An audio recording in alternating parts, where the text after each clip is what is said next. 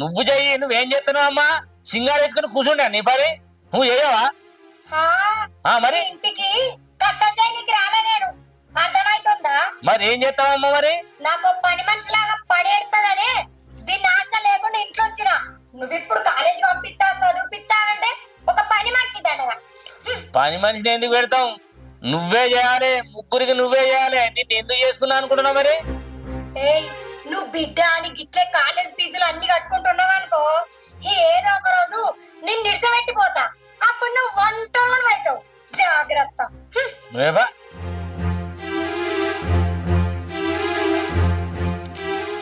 బిడ్డ, అది గట్లే మాట్లాడుతుంది.